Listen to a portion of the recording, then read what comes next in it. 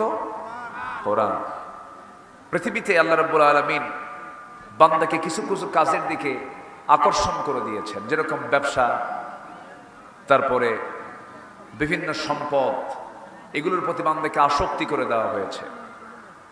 তা আল্লাহ তাআলা বান্দাকে কিছু কাজের অফার দিয়েছেন, যে সমস্ত কাজগুলো করলে পরে আল্লাহ বলছেন, বান্দা এই সমস্ত কাজে তোমার কোনো লস হবে না। আমি ছোট্ট একটা সূরাকে সামনে রেখে, একটা আয়াতকে সামনে রেখে কিছু কথা আমি বলতে চাচ্ছি। আল্লাহ রাব্বুল আলামিন সূরা ফাতিরের 29 নম্বর আয়াতে বান্দাকে বলছেন, তুমি 3টা কাজ করো, এই 3টা কাজ যদি করতে পারো এই কাজে তোমার কোনো লস হবে না। জোরে বলি সুবহানাল্লাহ। আল্লাহ রাব্বুল আলামিন বলেন, ইন্নাল্লাযীনা ইয়াতলুনা কিতাবাল্লাহি ওয়া আকামুস সালাতা ওয়া আনফাকু মিম্মা রাযাকনাহুম সিররান ওয়া আলানিয়াতান ইয়ারজুনা তিজারাতান লান তাবুর। জোরে বলুন আল্লাহু আকবার। আমার ভাইয়েরা, এই দুনিয়াতে যদি কাউকে বলা হয়, ভাই এই বিজনেসটা করো, তোমার জন্য লাভ আছে, দেখবেন আগ্রহ ভরে সেই দিকে ঝুঁকবে। আল্লাহ পাক ব্যবসা মানুষের প্রিয় বিষয় বলে আল্লাহ রাব্বুল আলামিন এখানে ব্যবসা শব্দই প্রয়োগ করে বলছেন, বান্দা 3টা কাজ তুমি যদি করতে পারো, এই 3টে ব্যবসায় কোনোদিন কোনো লস হবে না। জোরে বলুন সুবহানাল্লাহ।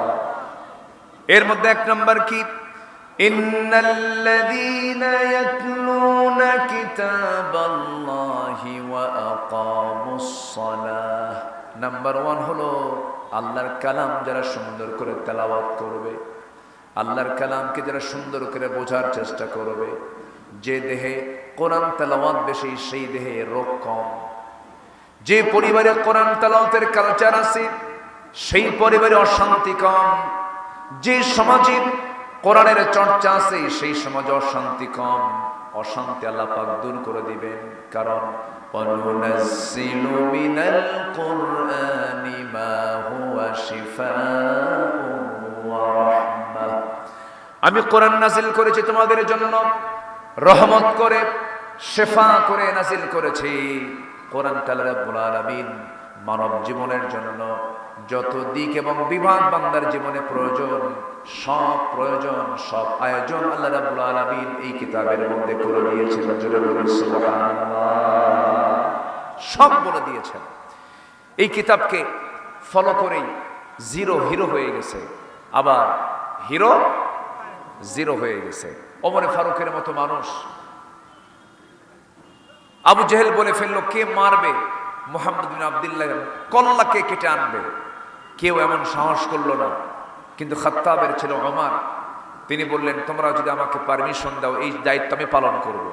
রাসূলকে মারতে যাওয়ার সিদ্ধান্ত যে লোকটা নেয়, সেই লোকটা কত হিংস্র ছিলেন ইসলাম গ্রহণের পূর্বে। সে ওমরের মতো মানুষ রাসূলকে মারতে গিয়ে মারতে পারলেন না, ব্যর্থ হয়ে গেলেন। যে কিতাবের তেলাওয়াত শুনে, সেই কিতাবের নাম কি? কোরআন। এটা শুনে উনি ব্যর্থ হয়ে গেলেন। যখন তিনি মারার জন্য বাড়ি থেকে রওনা দিয়েছেন, নবীর দরবারের দিকে রওনা দেওয়া মাত্রই একজন সাহাবী বলে ফেললেন, ও ওমর, তুমি কোথায় যাচ্ছ এত অগ্নিশর্মা হয়ে, খেপে গিয়ে রেগে গিয়ে কোথায় যাও? ওমরে ফারুক বলছেন, মুহাম্মদ বিন আব্দুল্লাহকে দুনিয়া থেকে বিদায় করার জন্য যাই। কেন? আমাদের বাপদাদার ধর্মে চুনকালি মেরেছে। সঙ্গে সঙ্গে বলে ফেলতেছেন, সাহাবী ওমর, তুমি কি জানো তোমার বোন ভগ্নিপতি 2 জন ইসলামী কবুল করেছে? প্রচন্ড খেপে গেলেন, প্রচন্ড রেগে গেলেন। নবীর দিকে রওনা না দিয়া, নবীর দরবারের দিকে রওনা না দিয়া সোজা চলে গেছেন বোনের বাড়িতে। বোনের বাড়ির দরজায় যখন তিনি দাঁড়ায় ছিলেন, এমন সময় ভিতর থেকে সমুদ্র কণ্ঠের তেলাওয়াত তার কানে ভেসে আসলো। দিলটা নরম হলো, কিন্তু রাগটা কমলো না। দরজায় নক করলেন, দরজা খুলে গেল। দরজায় খুলে যাওয়ার সঙ্গে সঙ্গে ওমরে ফারুক রাদিয়াল্লাহু তাআলা আনহু বোনের দিকে তাকায়া চপাটাঘাত করলেন, রক্তাক্ত করে দিলেন। বোন রক্তাক্ত দেহ নিয়ে বলছে, ভাই রে, তোমার দেহে যে পিতার রক্ত, আমার দেহ সেই পিতার রক্ত। আমি দুনিয়া থেকে বিদায় হতে রাজি, কিন্তু আমি যে ঈমান এনেছি, আমি যে দিন গ্রহণ করেছি, সব ছাড়বো। ঈমান থেকে আমি এক চুল পরিমাণ নড়ব না। এই কথা বলার সঙ্গে সঙ্গে ওমর ফারুকের হৃদয়ের ভিতরে ধাক্কা লেগে গেল। হারে, ভাইয়ের সম্পর্ক বিসর্জন দেয়, ভাই বোনের সম্পর্ক ছিন্ন করতে চায়, এটা কেমন ঈমান, কেমন দিন। সঙ্গে সঙ্গে তিনি বলেন, বোন রে, দরজায় দাঁড়ায় দাঁড়ায় কি যেন তোমরা তেলাওয়াত করছিলে ভিতরে, সেই তেলাওয়াতকৃত অংশটুকু আমাকে দাও তো। যখন তার সামনে সূরা তাহার প্রথম দিকের কয়েকটা আয়াত যখন তার সামনে দেওয়া হলো, তাহা মা আনজালনা আলাইকাল কুরআনা লিতাশকা, এই আয়াত যখন দেওয়া হলো, এই আয়াতটা যখন তার সামনে যখন দেওয়া হলো, তিনি যখন এই আয়াতটা যখন পড়লেন, দিলটা তার নরম হলো, চক্ষু বেয়ে বেয়ে দর দর করে পানি পড়া শুরু হয়ে গেছে। আর দেরি করলেন না, নাঙ্গা তরবারি নিয়ে নবীর দরবারে চলে গেলেন। নবীর দরবারে গিয়ে বলছেন, ইয়া রাসূলুল্লাহি, এই তরবারি আপনার কল্লাটাকে ছেদ করার জন্য এসেছিল, আপনার মস্তক ছিন্ন করার জন্য এসেছিল, কিন্তু এই তরবারি আপনাকে আর মারতে পারল না, বরঞ্চ আপনার পক্ষ হয়ে বাধার প্রাচীর হয়ে দাঁড়িয়ে থাকবে। কারণ আমার সামনে যে কোরআন, আমার সামনে যে তেলাওয়াত করা হয়েছে, এই কোরআন আমাকে ঈমান আনতে বাধ্য করেছে। জোরে বলে সুবহানাল্লাহ, আরো জোরে বলে সুবহানাল্লাহ। কত কঠোর হৃদয়ের মানুষ কোরআনের কাছে এসে আল্লাহওয়ালা হয়ে গেছে, কত হিরো হয়ে গেছে, আবার কত হিরো জিরো হয়ে গেছে। দেখেন না, এই 16 বছর এরা ক্ষমতার মসনদে ছিল হলো 16 বছর, ফেরাউন ছিল হলো 1600 বছর। সংখ্যার যে মিল হলো কেমনে বুঝলাম? সংখ্যার মিল আছে না নাই? চরিত্রের মিলও আছে, চরিত্রের মিলও আছে। ফেরাউন ইউযাব্বিহুনা আবনাআকুম, ছেলে সন্তানগুলোকে জিন্দা জব করত, আর মেয়ে সন্তানগুলোকে জিন্দা রাখত। এই পৃথিবীতে প্রথম ক্ষমতাকে পাকাপোক্ত করার জন্য হত্যার রাজনীতি প্রথম চালু করেছিল ফেরাউন। এই 16 বছর যত আলিমের রক্ত এরা নিয়েছে, যত জুলুম নির্যাতন তারা করেছে, অসংখ্য মাহফিল তারা বন্ধ করেছে। আগামীকাল উত্তরবঙ্গের সবচেয়ে বড় প্রোগ্রাম, শহীদ মাওলানা আব্দুস সুবহান রাহিমাহুল্লাহর স্মৃতি বিজড়িত পাবনার দারুল আমান ট্রাস্টের মাহফিল 12 বছর বন্ধ রেখেছিল। আমি যেতে পারিনি। আগামীকাল এই মাহফিল শুরু হচ্ছে আলহামদুলিল্লাহ। প্যারেড ময়দানের মাহফিল চট্টগ্রাম, যেটা আল্লামা সাঈদ রাহিমাহুল্লাহ করতেন, ওই মাহফিল 18 বছর বন্ধ করে রাখা হয়েছিল। সে মাহফিল আগামী 27 জানুয়ারি সেখানে আমার প্রোগ্রাম আছে, প্রোগ্রাম শুরু হচ্ছে। সিলেটের আলিয়া মাদ্রাসার মাঠ আঞ্জুমানে খেদমতে কোরআন, গত 9 জানুয়ারি সেই প্রোগ্রামটা সফলতার সাথে সম্পূর্ণ হয়েছে। এই যে কোরআনের এই ফুল বাগানগুলোকে তারা বন্ধ রেখেছিল, কেন জানেন? ওদের মূল লক্ষ্য ছিল একটাই, সেটা হলো এই দেশ থেকে ইসলামী তাহজিব তামাদ্দুনকে কেমনে ধ্বংস করা যায়, কিন্তু সফল হয়নি। আল্লামা সাঈদীকে 2010 সালের 30 জুন তাকে গ্রেফতার করা হয়। তার আগে ওই বছরই, তার আগের বছর 2009 সাল তার ছিল জীবনের শেষ হজ। সেই হজের সফরে আল্লাহ পাক আমাকে নিয়েছিলেন, আমিও সেবার হজে যাই। প্রথম, আমার জীবনের প্রথম হজ, আল্লামা সাঈদীর জীবনের শেষ হজ। মিনা, মুজদালিফা, আরাফা সব জায়গায় একসঙ্গে আমরা চললাম। এক পর্যায়ে হুজুরকে প্রশ্ন করা হলো, হুজুর আপনার বিরুদ্ধে মামলা হচ্ছে, ট্রাইব্যুনাল গঠন হচ্ছে, আপনি দেশে যাবেন না। আপনি না গিয়ে আমাদের মনে হয় আপনি দেশে থাকলে আপনি নিরাপদ থাকবেন। উনি মুস্কি হাসি মেরে বললেন, সাঈদী পালায়া থাকে না। আল্লাহু আকবার বলবেন না? সাঈদী পালায়া থাকে না। উনি বললেন, আমি আমার দেশে ফিরব, আমার জনগণ, আমার দল, আমার কর্মী মানবতার জীবন যাপন করবে আর আমি আরামে থাকবো বাইরে, এই চরিত্র আমার রাসূল শিখান নাই। উনি দেশে ফিরেছেন, দেশে ফিরে মামলার ঘানি তাকে টানতে হয়েছে। 13টি বছর তিনি জেল খাটলেন। আলেমরা কোথায় পালাইছে? কেউ তো পালায় নাই। আমাদেরকে 16 বছর যারা রাজাকার বলে গালি দিয়েছে, একজনও কেউ পাকিস্তান যায় নাই। শুধু হিন্দুস্তানের রাজাকাররাই সব হিন্দুস্তানে গিয়ে বসে আছে, ঠিক কিনা? সম্মানিত ভাইয়েরা, শেষমেশ 2023 সালের 13 আগস্ট কাশিমপুর কারাগার থেকে চিকিৎসার নাম করে আল্লামা সাঈদ রাহিমাহুল্লাহকে সেখান থেকে নিয়ে বলা হলো আপনি অসুস্থ। উনি বলেন আমি যে অসুস্থ আমি নিজেই তো জানি না। জোর করে ধরে এনে চিকিৎসার নাম করে পরিকল্পিত নাটক সাজিয়ে দিল্লির প্রেসক্রিপশনে একদম পূর্ব পরিকল্পনা অনুযায়ী পয়জনিং করে, বিষ প্রয়োগ করে তাকে শহীদ করে দেওয়া হয়েছে। তাফসীর মাহফিলে আমরা সুস্পষ্ট ভাষায় জানান দিতে চাই, আল্লামা সাঈদীর খুনের সাথে যারা জড়িত অবিলম্বে তাদের বিরুদ্ধে চূড়ান্ত ব্যবস্থা নিয়ে চূড়ান্ত শাস্তি নিশ্চিত করা হোক। এ মতের পক্ষে আজি আছেন কারা কারা? হাত উঁচু করে দেখান মুসলমান।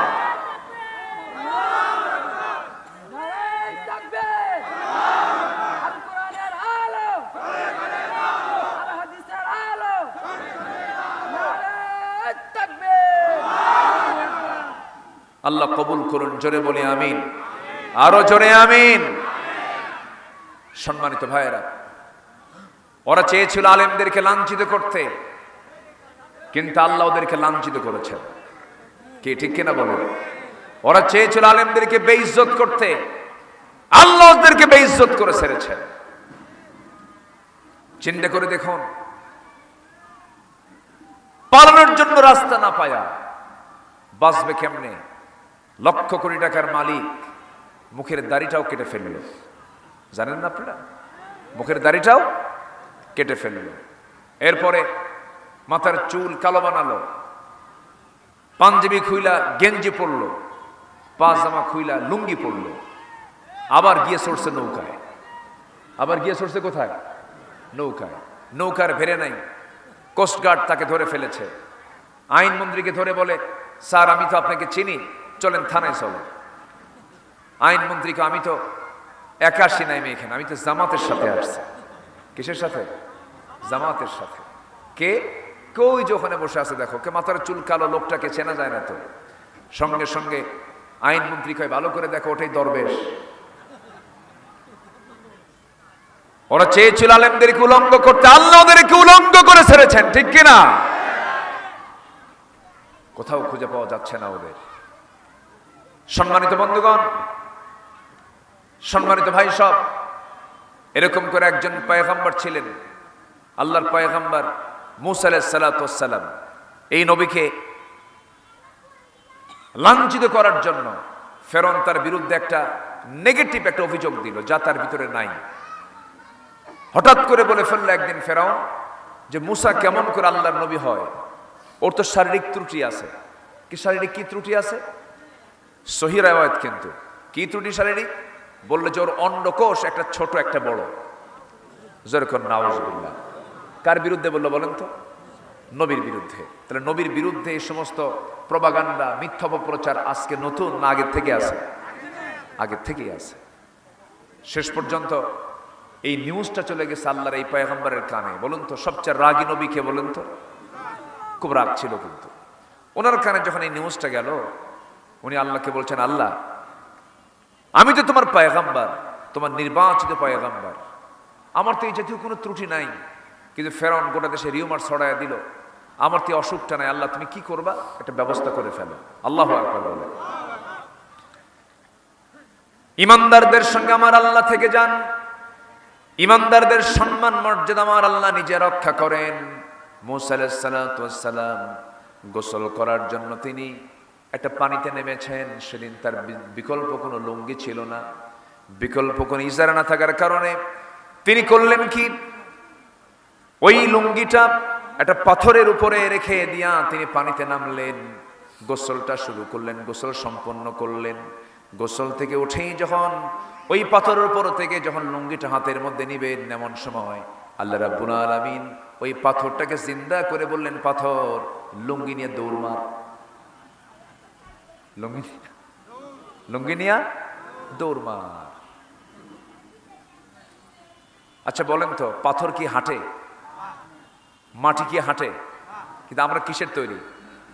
বলেন বলেন, আমরা কি চুপ করে থাকি না? হাঁটাচলা করি, হাঁটাচলা করি। তাহলে মাটিতে যদি আল্লাহ প্রাণ দিতে পারেন, তিনি কি পাথরে প্রাণ দিতে পারেন না? পারেন। পাথর শুনতেছে এখন নবীর কথা না আল্লাহর কথা? আল্লাহর কথা। তিনি গোসল করে উঠলেন। গোসল করে উঠে তিনি ওই লুঙ্গিটা হাতে নিয়ে তিনি সতরটা ঢাকবেন, কিন্তু যেটার উপরে তিনি লুঙ্গি রেখেছেন সেই পাথরটা একাকি দৌড় মারা শুরু করে দিয়েছে। মুসা আলাইহিস সালাতু ওয়াস সালাম পিছে পিছে দৌড়াচ্ছেন, বলছেন, পাথর থেমে যাও, পাথর থেমে যাও, আমার লুঙ্গি পরা প্রয়োজন। পাথর থামতেছে না, কারণ পাথর শুনবে কার কথা? আসতে বলবেন না, কার কথা?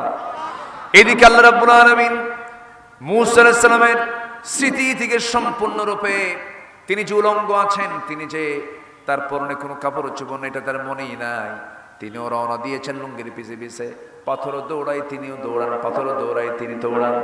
এক পর্যায়ে গিয়ে যখন ওই পাথরটা থেমে গেছে, সেই থামার জায়গা অন্য জায়গা নয়, যেখানে ফেরাউন তার মন্ত্রী পরিষদ বর্গ নিয়ে যখন সে বৈঠক করতেছিল, ঠিক সেই জায়গায় গিয়ে যখন পাথর থেমে গেছে, মুসাও পিছে পিছে চলে গেছেন, পাথরের কাছে গিয়ে লুঙ্গিটা হাতে নিয়েছেন। এমন সময় ফেরাউন নিচের দিকে তাকায়, দেখে না মুসার সবকিছু ঠিক আছে। কি কথা কি বুঝতেছেন আপনারা? 16 বছর পর চিন্তা করুন, যারা রাজাকার ট্যাগ দিয়ে গালি দিল, এই কার্ড শেষ, এই কার্ড চলে না, জনগণ এগুলো খায় না, সব দেখে শেষ করেছি আমরা। আমার ডান পাশে যিনি বসে আছেন, জীবন্ত একটি ইতিহাস। তিনি 91 তিনি পার্লামেন্টের মেম্বার ছিলেন। 91, আজকের কথা না কিন্তু, 91 to 96 উনি মেম্বার অফ পার্লামেন্ট, নির্বাচিত ভোটে 18টা সিট পায় তখন দক্ষিণ এশিয়ার বৃহত্তম সংগঠন জামাত ইসলামী। এর মধ্যে বগুড়ার শিবগঞ্জ, নাটোরের সিংড়া, দিনাজপুরের কিছু আসন, নীলফামারীর কিছু আসন, এরকম কিছু আসন পায়। এর মধ্যে বগুড়ার মধ্যে একটাই সিট পেয়েছিলেন, আপনাদের নির্বাচিত ভোটে উনি নির্বাচিত হয়েছিলেন। ওই 91 আমরা দেখেছি। এর আগে আমরা ক্ষমতার মসনদে দেশে এ পর্যন্ত ছিলেন কেউ 25 বছর, কেউ 16 বছর, কেউ 9 বছর, কেয়ারটেকার গভর্নমেন্টটা কয়েক বছর। সব দেখা শেষ। আগামীর দেশ আমরা দেখতে চাই কোরআনের দেশ। সবাইকে রাজি আছেন? সবাইকে রাজি আছেন? রাজি আছেন কারা কারা? হাত উঁচু করে দেখান মুসলমান।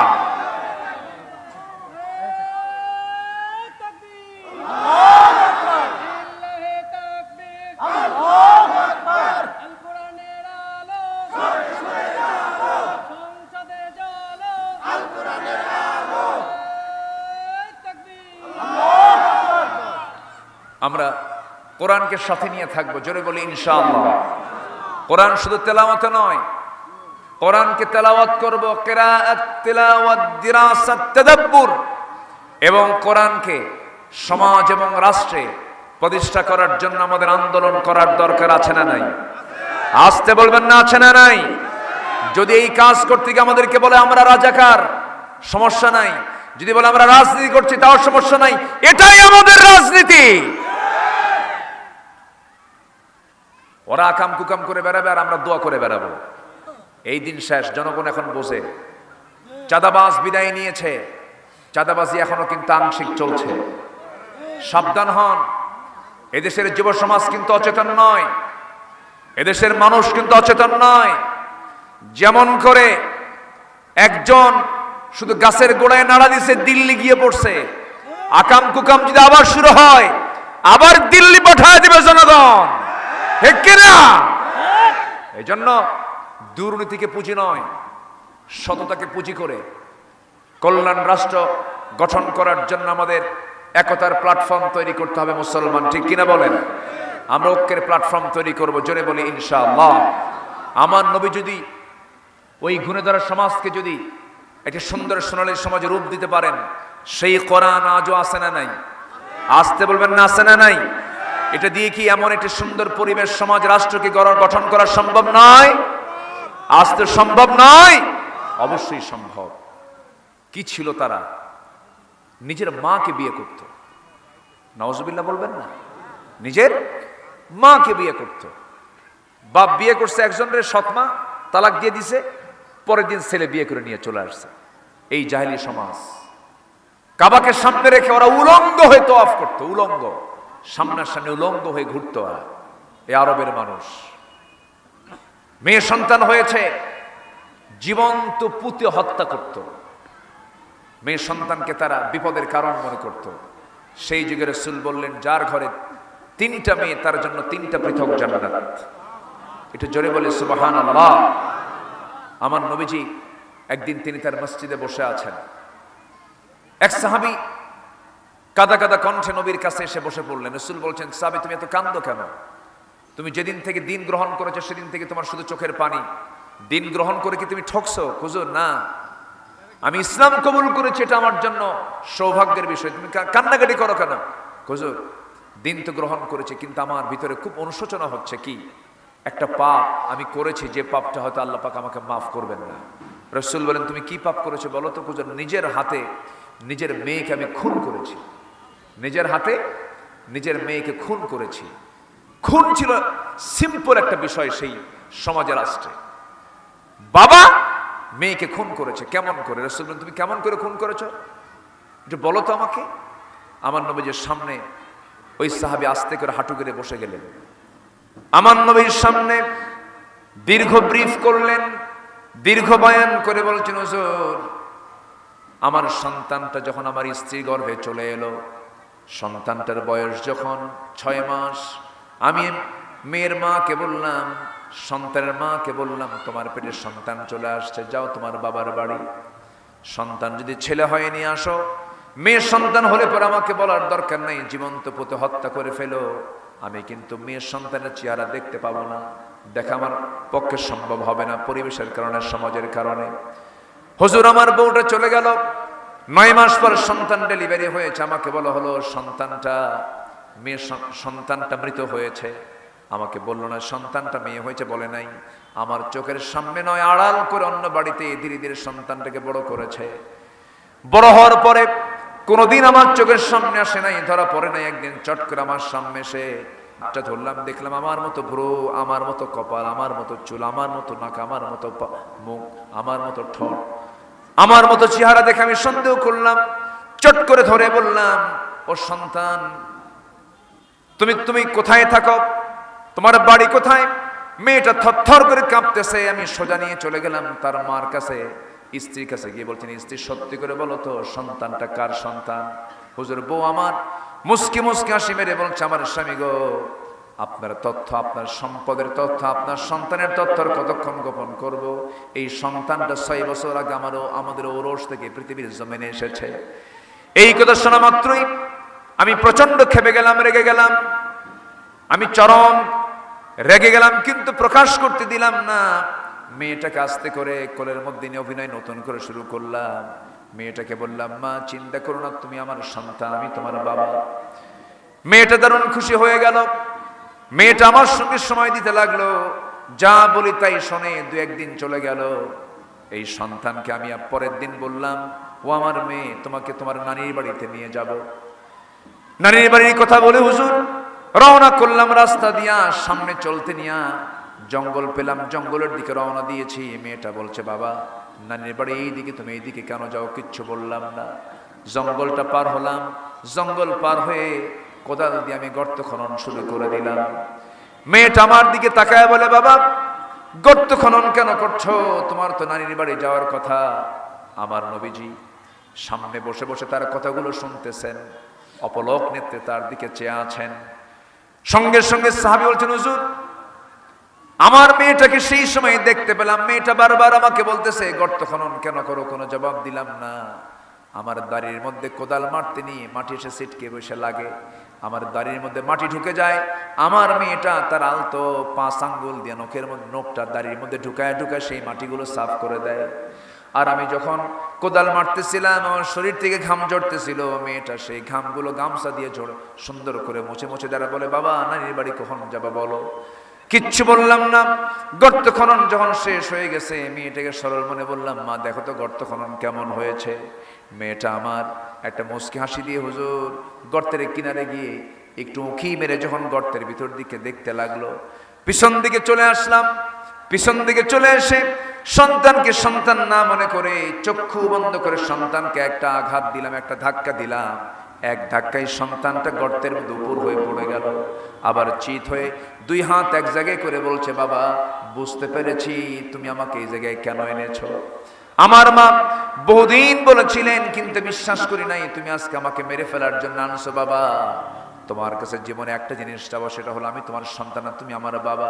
একটা বারের জন্য তোমার কাছে প্রাণ ভিক্ষা চাই, তুমি আমাকে একটা বারের জন্য বাঁচায় দাও। বিনিময়ে তোমার মেয়ে কসম করে বলতেছে এই চেহারা তোমার সামনে কোনোদিন দেখাবে না। আমার দিল গলল না, আমি খেপে গেলাম, রেগে গেলাম। এক পর্যায়ে করলাম কি, আমি আমার হাতের মধ্যে পাথর নিলাম। পাথর নিয়া ওই সন্তানটার কলিজা বরাবর এত জোর আঘাত করলাম, ফিঙ্কি দিয়ে রক্ত বের হওয়া শুরু হয়ে গেল। মেয়েটা শেষ পর্যন্ত আব্বা আব্বা বলে ডেকে ডেকে দুনিয়া থেকে শেষ নিঃশ্বাস ত্যাগ করে বিদায় হলো। হুজুর আমার কখনো এরকম মনে হয় নাই, মেয়ের কথা কখনো আমার ভিতরে স্মৃতিচারণ হয় নাই, কিন্তু যেদিন আমি দিন গ্রহণ করেছি আমার দিল তো নরম হয়ে গেছে। আমি যখন ঘুমাতে যাই হুজুর ঘুমটা ধরে না, কারণ আমার কাছে মনে হয় আমার সেই সন্তানটা যেন আমাকে পিছ পিছ থেকে ডাকতেছে, জোরে কোন সুবহানাল্লাহ। আমার ভাইয়েরা, আমার বন্ধুগণ, সেই প্রেক্ষাপটের মানুষগুলো থেকে, সেই জঘন্য মানুষগুলো থেকে, শততা বিভক্ত জাতি থেকে আমার নবীজি ওই সমস্ত মানুষগুলোকে বের করে আনলেন। যাদেরকে বের করে আনলেন তারা হলেন এক একটা আবু বকর, এক একটা ওমর, এক একটা ওমর, এক একটা ওসমান।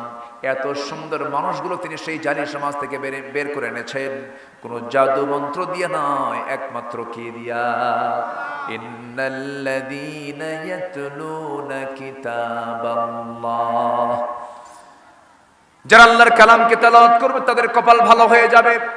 কোরআন নিয়ে যারা চলবে, ওমান হাকামা বিহি আদালা ওমান দাআ ইলাইহি ফাকাদ হুদিয়া ইলা সিরাতিম মুস্তাকিম।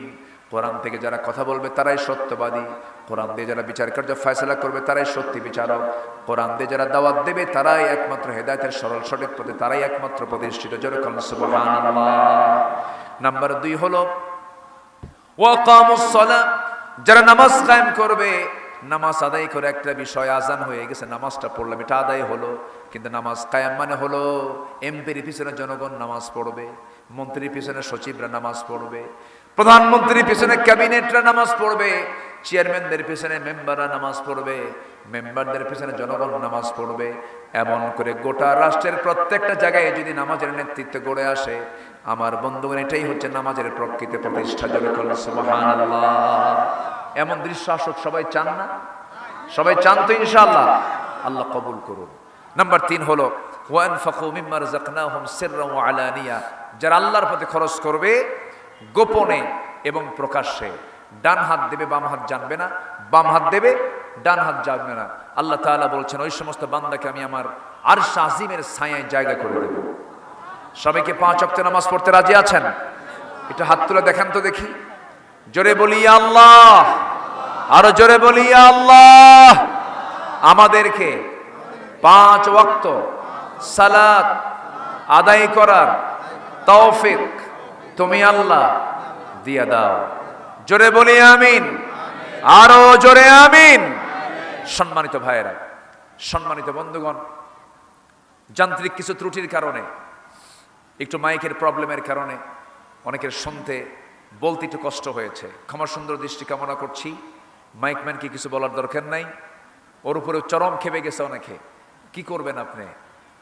সংসার যেহেতু করিয়ে ফেলছেন পাগলির সাথে, ইজাব কবুল যেহেতু হয়ে গেছে, সংসার তো করতেই হবে, ঠিক আছে না? তো যা হয়েছে হয়েছে, আমরা এটা নিয়ে নতুন করে কোনো কিছু করব না। আমরা দোয়া করি যে উদ্দেশ্যে আজকের মাহফিল, এই মাদ্রাসাকে তুমি আল্লাহ কবুল করো। জোরে বলি আল্লাহুম্মা আমিন। আমাকে না বলেই মাহফিলের শুরুতেই আপনাদের মাঝে কিছু ব্যাগ দেওয়া হয়েছিল, সে ব্যাগগুলো আপনাদের কাছে গেছে, আপনারা অনেকে লক্ষ্য করেন নাই, দেখেনও নাই। তো আমি সবার কাছে একটু করজোরে নিবেদন করব, এই যুব সমাজ যে আয়োজনটা করেছে এতে আপনারা বেজান না খুশি? খুশি হয়েছেন তো? আজকের মাহফিল এই পর্ব আমরা শেষ করছি, কারণ আসরের আজান হয়ে গেছে আরো প্রায় 20 থেকে 25 মিনিট, আধা ঘন্টা আগে। আমি যদি আর একটু দেরি করি, মানে টুপি আগে দরকার না লুঙ্গি আগে দরকার বলেন তো? আসতে কয়, আগে টুপি দরকার না লুঙ্গি দরকার? লুঙ্গি পইরা যদি টুপি না থাকে তাও কিন্তু নামাজ হবে, কিন্তু টুপি পইরা যদি লুঙ্গি না থাকে তাহলে কি নামাজ হবে? হবে না। আমি যদি আলোচনা লম্বা করতে যাই তাহলে ফরজটা ছুটে যাবে। আসরের নামাজ এটা গুরুত্বপূর্ণ একটা বিষয়। আমরা নামাজটা আদায় করব, এখানে মুখে আজান হবে অথবা আজান তো হয়ে গেছে, আমরা এখানে জামাতে নামাজ পড়ব। যার অজু নাই মুনাজাতের পর অজুর জন্য 5 মিনিট সময় দেওয়া হবে, আর যাদের অজু আছে সোজা কিবলামুখী হয়ে দোয়ার পরে দাঁড়িয়ে যাবেন। একটা লোক উঠবেন না, এখন বসুন। আমি সবার কাছে একটু আবেদন জানাবো, বসুন। শুধু একটু ওই ব্যাগগুলো যে গেছিল জনগণ দেখি নাই, টেরি পায় নাই, এই ব্যাগ